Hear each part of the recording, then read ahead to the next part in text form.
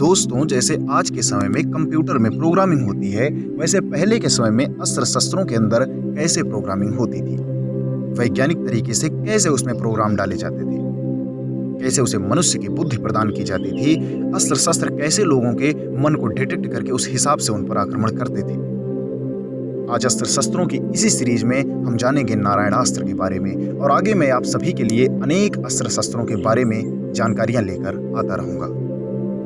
नारायणास्त्र वायु को संपीड़ित करके अग्नि तत्व को सक्रिय कर लेजर बीम रूपी किरण कैसे छोड़ता था, आज हम इसका विज्ञान भी जानेंगे। यदि युद्ध क्षेत्र में गोलियां चल रही हों, बंदूकें चल रही हों, बम गोले चल रहे हों और शत्रु सेना अचानक बीच में समर्पण कर दे, तो क्या वह गोली पीछे वापस होकर शत्रु को नहीं मारेगी, छोड़ देगी? क्या ऐसा हो सकता है? आप सोच रहे होंगे नहीं। तो आज के समय में तो ऐसा नहीं है, लेकिन वैदिक युग में पहले के समय में ऐसा होता था। तो हम आज जानेंगे नारायण अस्त्र के बारे में। नारायणास्त्र का प्रयोग महाभारत में हुआ था। यह अस्त्र अकाट्य है, 6 मंत्र मुक्त अस्त्रों में इसका भी नाम है। इससे बचने का एकमात्र उपाय था हाथ जोड़कर खड़े हो जाना।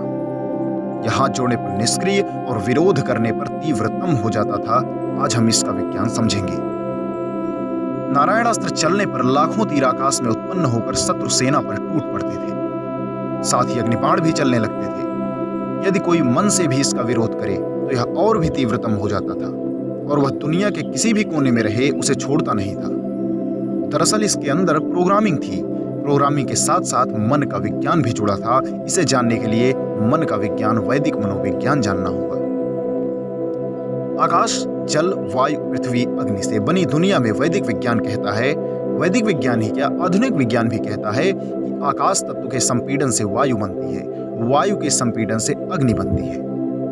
नारायणास्त्र चलाते ही हजारों बाण प्रकट होकर वायु को संपीड़ित करके अग्नि तत्व को सक्रिय कर देता था, और अनेकों लेजर बीम रूपी किरणों के साथ अग्निबाण, अग्नियुक्त गदा, अग्नियुक्त मूसल आदि छोड़ने लगता था।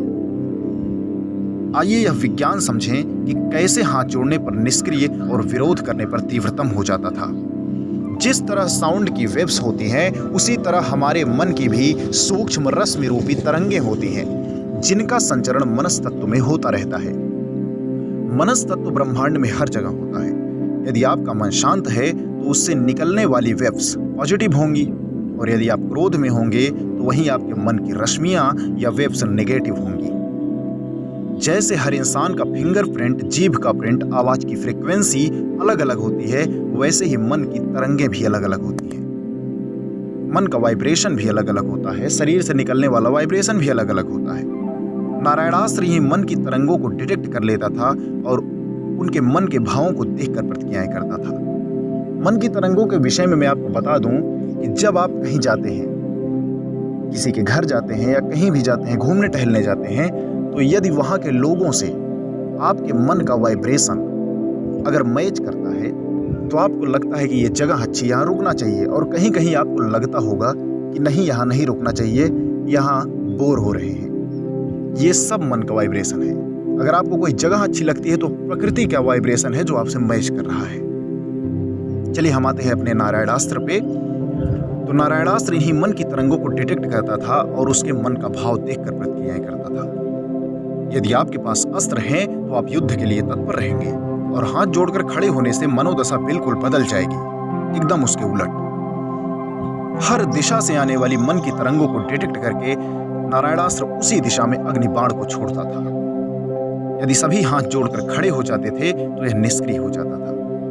दोस्तों, आपको यह विज्ञान और इस अस्त्र के बारे में जानकर कैसा लगा, हमें जरूर बताएं। मिलते हैं अगले वीडियो में, तब तक के लिए धन्यवाद। मेरा नाम है ऋतिक पांडे ध्रुव, और आप सब देख रहे हैं मेरा YouTube चैनल प्राण।